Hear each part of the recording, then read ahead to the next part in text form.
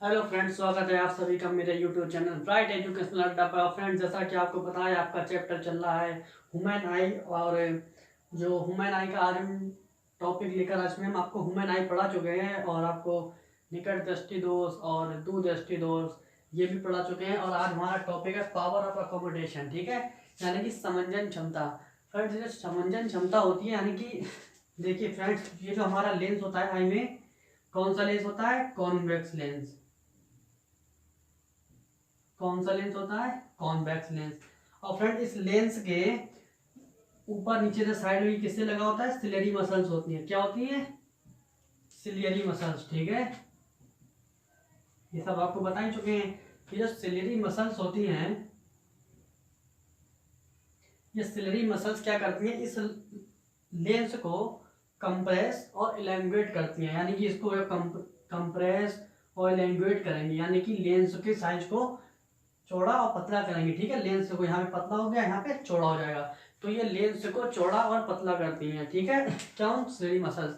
तो ऐसा होता है जब हमें दूर की वस्तु देखनी होती है, कभी हम पास की वस्तु को देखते हैं, जब हम ऑब्जेक्ट दूर का देखते हैं और पास का देखते हैं, तो ये लेंस जो है ये हमारा थिन और वाइड होता है। तो ये काम किसका होता है? सिलेरी मसल्स का होता है। तो सिलेरी मसल्स के इसी काम को, ये जो वर्क प्रोसेस है, इसी को कहते हैं हम पावर ऑफ अकोमोडेशन। ये आपको पहले बता भी चुके हैं। तो देखिए फ्रेंड्स, जब ये सिलेरी मसल्स जब रिलैक्स होती हैं, जब ये रिलैक्स होती है, ठीक है फ्रेंड, रिलैक्स रिलैक्स एक मिनट रुक जाइए। हाँ, जब देखिए, जब ये सिलेरी मसल्स रिलैक्स होती हैं, जब ये रिलैक्स्ड होती हैं, तो क्या होता है? हमारी जो लेंस है, लेंस कैसा हो जाता है? लेंस हो जाता है थिन। लेंस हो जाता है थिन, यानी कि पतला। लेंस हमारा कैसा हो जाता है? पतला। जिससे क्या होता है? इसकी वक्रता क्या जाती है? घट जाती है, यानी कि वक्रता घट जाती है, ठीक है भाई। लेंस पतला होगा तो इसकी वक्रता कम हो जाती है, ठीक है। और जब ये वक्रता कम हो जाती है तो इससे क्या होता है? हमें फार, यानी कि दूर की वस्तुएं, फार ऑब्जेक्ट जो है, यानी कि दूर जो भी वस्तु रखी है, हमें कैसी दिखाई देगी? क्लीन, एकदम साफ। यानी कि जब हमें दूर की वस्तुएं देखनी होती हैं तो ये जो हमारी सिलेरी मसल्स हैं ये रिलैक्स हो जाती है। रिलैक्स का मतलब होता है शिथिल, शिथिल, ठीक है। रिलैक्स हो जाती है। जब ये रिलैक्स होती है तो लेंस जो है पतला हो जाता है और इसकी वक्रता घट जाती है, जिससे ऑब्जेक्ट जो है दूर की वस्तुओं को साफ देख पाता है, ठीक है। और दूसरी चीज, अगर इसके हम अपोजिट बात करें, ठीक है, अगर हम इसके अपोजिट बात करें, देखिए,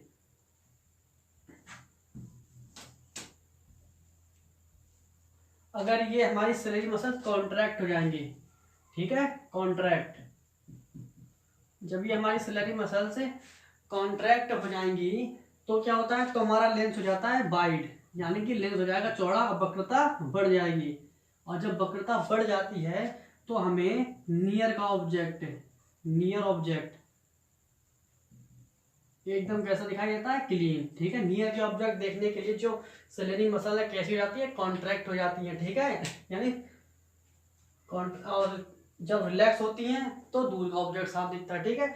तो कुल मिला के कुछ नहीं है, समझने क्षमता यही होता है, मतलब सिलेरी मसल्स के द्वारा लेंस को थिन करना, वाइड करना, यानी कि कंप्रेस और लैंग्वेट करना, इसे कहते हैं पावर ऑफ एकोमोडेशन, ठीक है। और फ्रेंड्स, अब हम चलते हैं अपने नेक्स्ट टॉपिक पर। फ्रेंड्स, अब हम पढ़ेंगे डिस्पर्जन ऑफ लाइट। तो फ्रेंड, डिस्पर्जन ऑफ लाइट से पहले नंबर हम आपको एक चीज पढ़ाते हैं।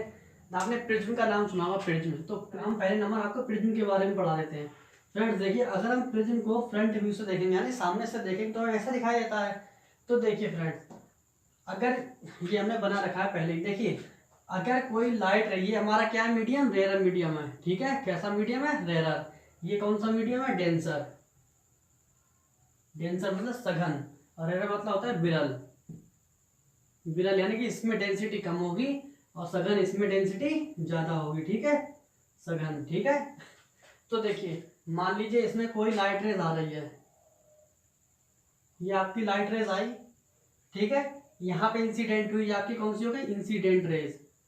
इंसिडेंट रेज हो गई। और अब हम इस पॉइंट से नॉर्मल खींच देते हैं। नॉर्मल हमेशा परपेंडिकुलर, ठीक है। अब ये लाइट देखिए अगर जाती तो सीधी ऐसे जानी चाहिए थी, ठीक है। लाइट को, ये लाइट इंसिडेंट हुई, इसको यहाँ से सीधा जाना चाहिए था, लेकिन ये जो हमारा प्रिज्म है मान लो गिलास का बना है, किसका, गिलास है नहीं, कांच का बना है, तो इसका रिफ्रैक्टिव इंडेक्स भी होगा। तो यानी कि अब देखिए ये हमारा मीडियम कौन सा है, रेयर मीडियम है, और ये कैसा मीडियम है, डेंसर मीडियम है। आपको हमने पढ़ाया था कि जब भी कोई लाइट रेज रेयर मीडियम से डेंसर में जाएगी तो वह नॉर्मल की तरफ थोड़ा सा झुक जाएगी। तो ये हमारा नॉर्मल है, तो ये नॉर्मल की ओर हल्का सा झुक जाएगी, ये रेज जो है ऐसे जाएगी, ठीक है, इतना झुक गई, ये इतना एंगल झुक गई, ठीक है, विरल से सघन माध्यम में रेयर टू डेंसर, तो ये नॉर्मल की ओर थोड़ा सा झुक गई। अब ये क्या होगा, अब ये फिर से रेयर टू डेंसर जाएगी, ठीक है फ्रेंड्स। और देखिए क्या होता, अब ये देखिए, अब यहाँ पे नॉर्मल क्या होगा, अब मान लीजिए लाइट रेज यहाँ पे पड़े, तो यहाँ पे नॉर्मल क्या होगा, यहाँ पे नॉर्मल आपका ये होगा, है ना। तो अब ये जब डेंसर से रेयर जाएगी तो अभिलंब से दूर हटेगी, तो ये नॉर्मल है इसका, तो ये अभिलंब है, नॉर्मल है इसका, ये नॉर्मल है, तो ये नॉर्मल से दूर हटेगी, तो यानी कि ये ऐसे निकल जाएगी, ठीक है। तो वही चीज यहाँ पे बनी है, ये देखिए ध्यान से एक बार, ये लाइट रेज आई, ठीक है, यहाँ पे इंसिडेंट हुई प्रिज्म पर, और देखिए प्रिज्म पर हमने एक नॉर्मल खींचा, जब ये रेयर से डेंसर मीडियम में गई, रेयर से डेंसर में गई, तो देखिए नॉर्मल से दूर हट गई, ये नॉर्मल है, वो सॉरी अभिलंब की ओर झुक जाते हैं, नॉर्मल की ओर झुक जाती है, सॉरी, ये नॉर्मल है इसका, ये वाला नॉर्मल है N1, देखिए ये N1, ये नॉर्मल, तो ये देखिए ऐसे जानी चाहिए थी, लेकिन ये N1 की ओर तरफ झुक गई, फिर ये यहाँ डेंसर से मीडियम में आ गई, अभी डेंसर से फिर रेयर में गई, जब ये डेंसर से रेयर में जाएगी तो नॉर्मल से दूर हटेगी, ठीक है, सॉरी डेंसर से मीडियम में जाएगी तो ये नॉर्मल से दूर हटेगी, तो देखिए इसके लिए नॉर्मल ये है, और ये फिर ये यहाँ से इससे थोड़ा दूर हट गई, तो यहाँ से ये N2 है, देखिए। तो फ्रेंड्स हुआ क्या, लाइट रेज प्रिज्म में किस तरीके से पास हुई आपने ये देख लिया। अब देखिए अब हम पढ़ते हैं, आपको पढ़ाते हैं डिस्पर्जन ऑफ लाइट। इससे पहले एक चीज आपको और बता दें, यहाँ कुछ फॉर्मूले हैं तो छोटे छोटे, देखिए फ्रेंड्स कुछ फॉर्मूले हैं छोटे छोटे, देखिए मान लीजिए एक ट्रायंगल टाइप प्रिज्म है, ठीक है, प्रिज्म ही है, ठीक है, ABC, ठीक है, ये इसके कॉर्नर हो गए, हमने ये एंगल मान लिया A, ठीक है। तो देखिए डेविएशन आता है आपके लिए, डेविएशन, ठीक है फ्रेंड्स, क्या होता है डेविएशन, यानी कि विचलन कोण, ठीक है, डेविएशन एंगल बोलते हैं इसको। तो देखिए फ्रेंड्स ये आपसे पूछता है एग्जाम में कि एंगल ऑफ डेविएशन क्या होगा, एंगल ऑफ डेविएशन, यानी कि हिंदी में बोलते हैं इसको विचलन कोण, क्या बोलते हैं, विचलन कोण।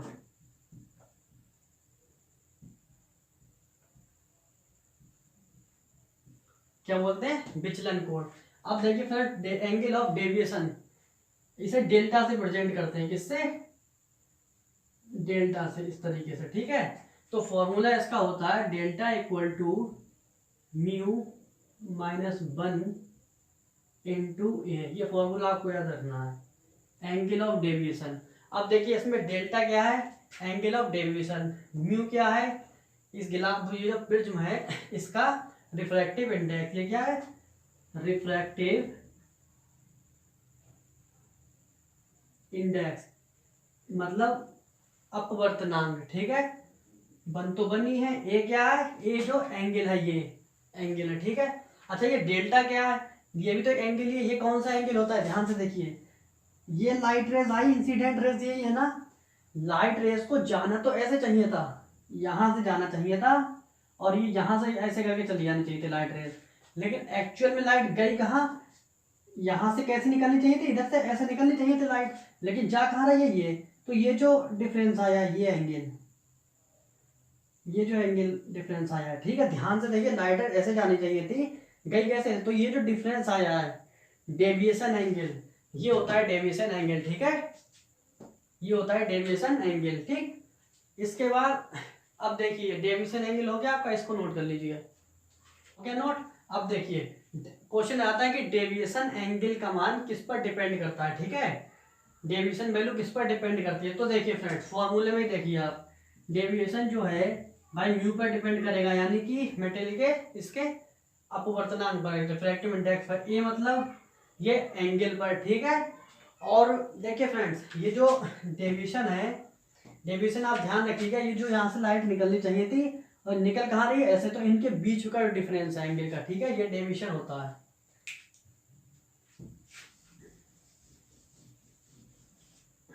इसमें फ्रेंड्स होते हैं, फॉर्मूला होता है प्रिज्म एंगल, ठीक है, प्रिज्म एंगल, ठीक है। तो ये फॉर्मूला होता है, म्यू से प्रेजेंट करते हैं इसको, sine A plus delta M upon 2 upon sine A by 2, ठीक है फ्रेंड्स। अब ये विचलन को डेल्टा एम, एम का मतलब क्या है, medium, mean, sorry mean, mean का मतलब ये हम आपको समझाएंगे, ठीक है फ्रेंड। ये फॉर्मूला नोट कर लीजिए प्रिज्म एंगल का, direct sine A plus delta M upon 2 upon sine A by 2, ठीक है। ये ऑब्जेक्टिव में भी आता है, इसका फॉर्मूला कभी कभी न्यूमेरिकल आ जाता है बहुत छोटा सा, आप इस फॉर्मूले को नोट कर लीजिए, ठीक है फ्रेंड्स। अब हम पढ़ेंगे फ्रेंड डिस्पर्जन ऑफ लाइट। तो देखिए फ्रेंड्स, सबसे ज्यादा क्वेश्चन आपके यहीं से आते हैं डिस्पर्जन ऑफ लाइट से, और सिंपल क्वेश्चन होते हैं, बस थोड़ा सा ध्यान रखिए। डिस्पर्जन ऑफ लाइट, ठीक है, डिस्पर्जन यानी कि प्रकाश का विचलन, प्रकाश का विक्षेपण। देखिए फ्रेंड्स, ये क्या हमारा प्रिज्म है, प्रिज्म है, मान लीजिए कोई भी सनलाइट आई, ठीक है, ये सनलाइट आई आपकी, सूरज की किरण, ठीक है। अब ये जो सनलाइट है, यहाँ से इसका क्या होगा, रिफ्रैक्शन होगा, यानी कि अपवर्तनांक होगा, अपवर्तन होगा। फिर यहाँ से ये जो लाइट रेज आएगी, ये 7 कलर में डिवाइड हो जाएगी,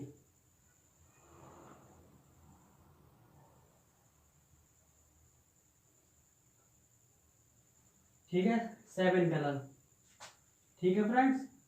ये जो लाइट रेज आएगी, सनलाइट, ये जो आपने इंद्रधनुष सुना है ना, उसमें 7 रंग होते हैं, तो जो सनलाइट होती है हमारी, इसमें 7 कलर होते हैं। कितने कलर होते हैं, 7 कलर। कितने कलर होते हैं, 7 कलर होते हैं। तो जब भी कोई लाइट रेज किसी प्रिज्म से होकर जाएगी, तो वो अपने 7 रंगों में विभक्त हो जाती है, उसके 7 रंग अलग अलग हो जाते हैं, ठीक है। इसी क्रिया को क्या कहते हैं, ये prism circuit dispersion of light, ठीक है फ्रेंड्स। तो अब ये कलर आएंगे किस फॉर्म में, तो आप ये देखिए, यहाँ पे होता है वॉयलेट, थोड़ा सही से बनाने की कोशिश करते हैं, देखिए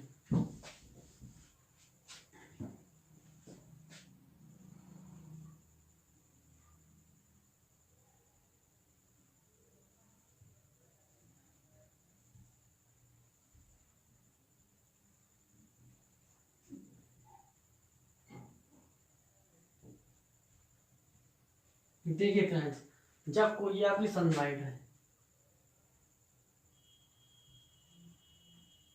ये आपकी सनलाइट है, ये आई, प्रिज्म पर इंसिडेंट हुई और इसका रिफ्लेक्शन हो गया, और ये अपने 7 रंगों में विभक्त हो गई, ठीक है। इसी को कहते हैं डिस्पर्जन ऑफ लाइट, याद रखिएगा। तो जो 7 कलर हैं हमेशा इसी फॉर्म में आएंगे।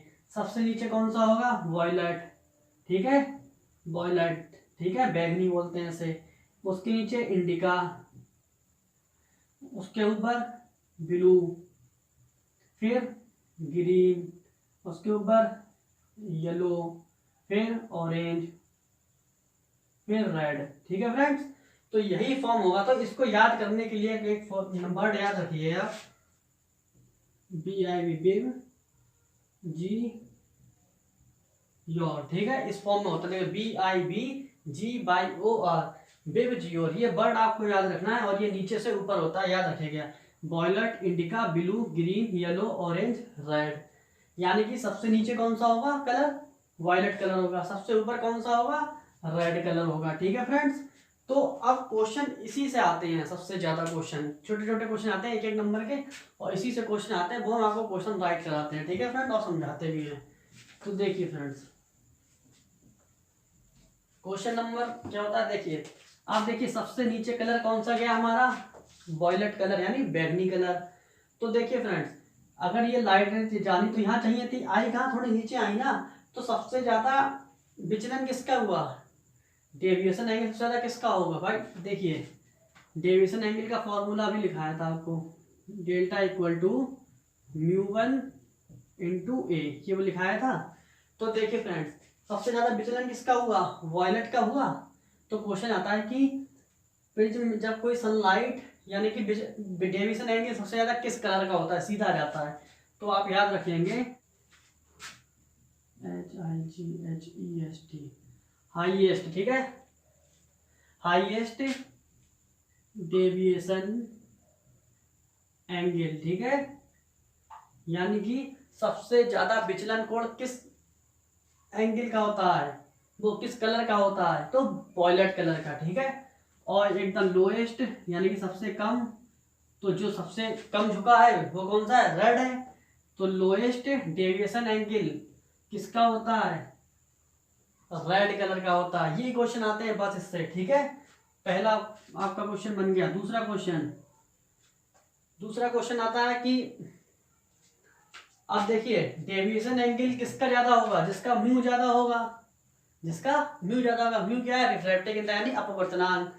तो रिफ्रैक्टिव इंडेक्स सबसे ज्यादा किसका होता है? हाईएस्ट रिफ्रैक्टिव इंडेक्स, ठीक है, हाईएस्ट रिफ्रैक्टिव इंडेक्स किसका होता है? वॉयलेट का होगा।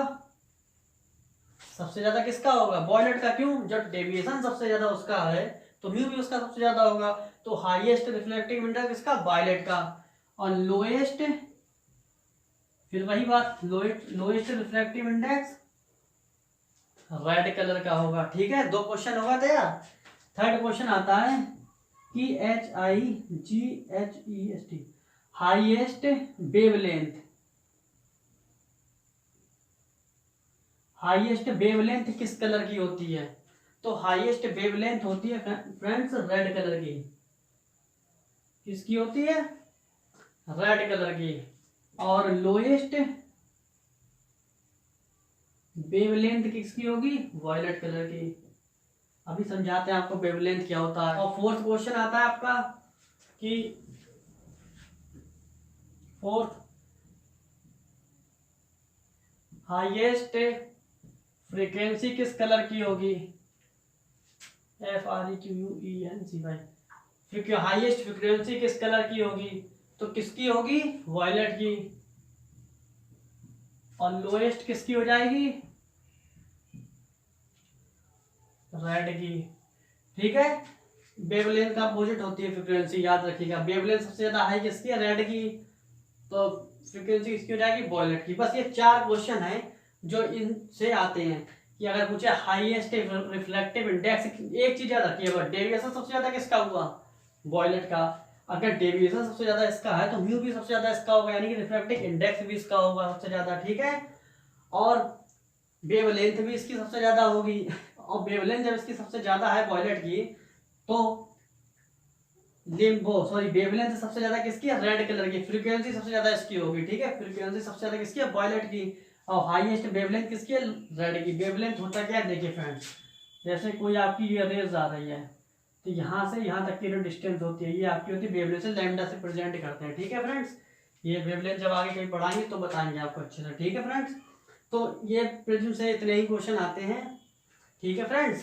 तो वेवलेंथ के लिए क्या कंडीशन होंगी? लैम्डा आर, वो हाँ lambda R equal to lambda B, यानी कि हाईएस्ट इसकी होती है, सबसे कम इसकी हो जाएगी। रिफ्रैक्टिव इंडेक्स सबसे ज्यादा किसका होगा? वॉयलेट का। और रिफ्लेक्टिव इंडेक्स वॉयलेट का होगा। हाईएस्ट डेविएशन एंगल वॉयलेट का होगा। हाईएस्ट फ्रीक्वेंसी वॉयलेट की होगी। बस आपको एक चीज याद रखनी, वेवलेंथ सबसे कम ज्यादा होती है रेड कलर की। तो फ्रेंड्स यहाँ पे प्रिज्म से क्वेश्चन इतने हो चुके हैं और अब हम चलते हैं नेक्स्ट टॉपिक पर।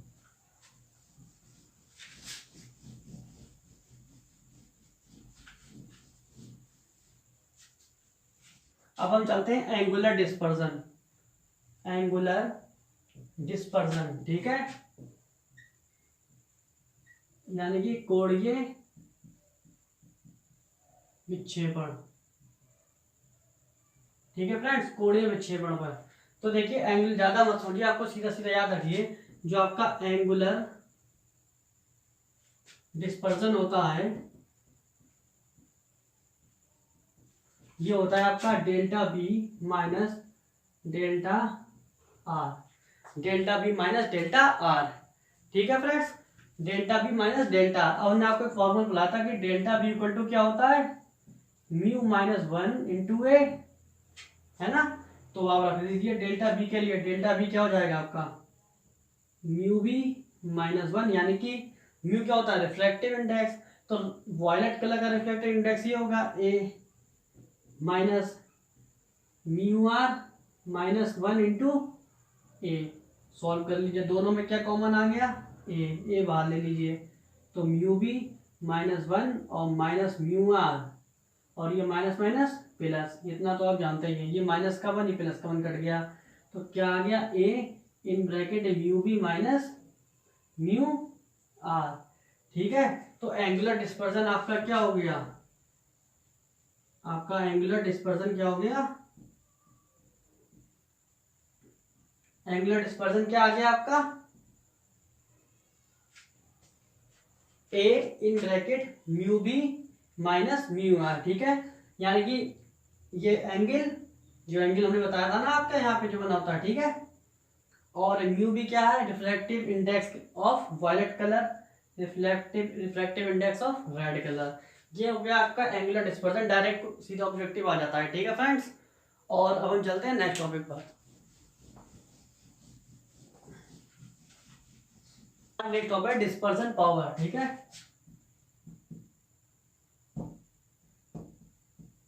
डिस्पर्सन पावर यानी कि विक्षेपण क्षमता। ठीक है, क्या बोलते हैं हिंदी में विक्षेपण क्षमता। ठीक है, DISPERTI डिस्पर्सन पावर।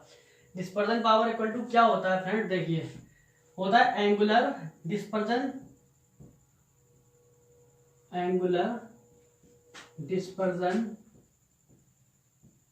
अभी आपको पढ़ाया था एंगुलर डिस्पर्सन बिल्कुल, upon mean dispersion, mean dispersion, angular dispersion upon mean dispersion. तो देखिए फ्रेंड्स, एंगुलर डिस्पर्सन आपका क्या है, अभी बताया था, निकाला था बिल्कुल, म्यू बी माइनस के म्यू आर इंटू ए, यही तो था, अपॉन मीन डिस्पर्सन क्या होता है म्यू माइनस 1। अपने म्यू क्या होता है देखिए, म्यू होता है,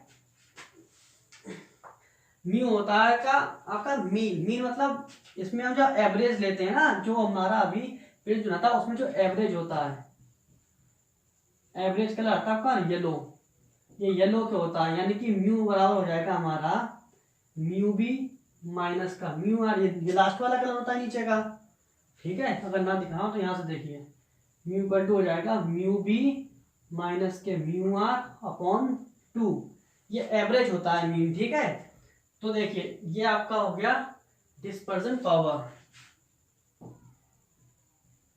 डिस्पर्सन पावर।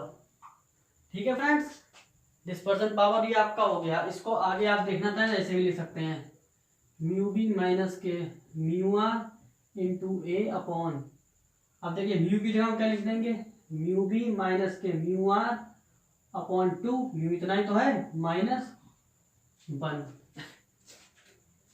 ठीक है फ्रेंड्स, इसको ऐसे भी लिख सकते हैं।